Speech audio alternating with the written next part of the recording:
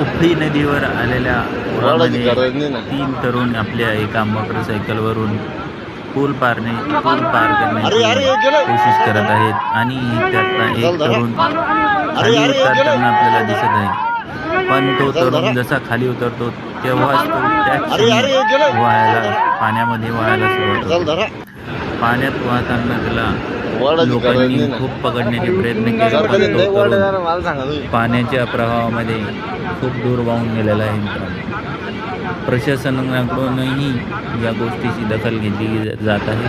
लोकांना सतर्क राहण्याचा संदेश देत आहे. जेव्हा नदीला पाणी जास्त प्रमाणात असते तेव्हा कोणीही अशा प्रकारे धाडस करू नये. नदीच्या पलीकडे जाणे.